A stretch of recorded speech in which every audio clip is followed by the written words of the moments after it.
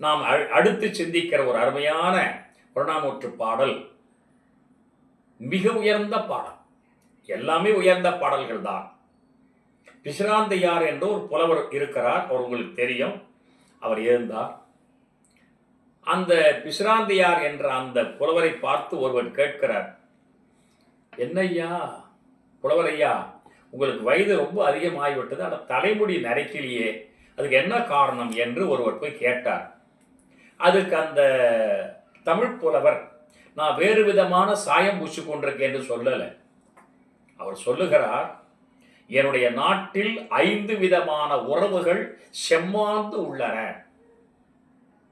எனக்கு இன்பம் தரக்கூடிய உறவுகளாக உள்ளன என்று 5 உறவுகளை சொல்லுகிறார். அந்த 5 உறவுகளைத்தான் இந்த பாடல் வெளிப்படுத்துகிறார். 1, என் மனைவி.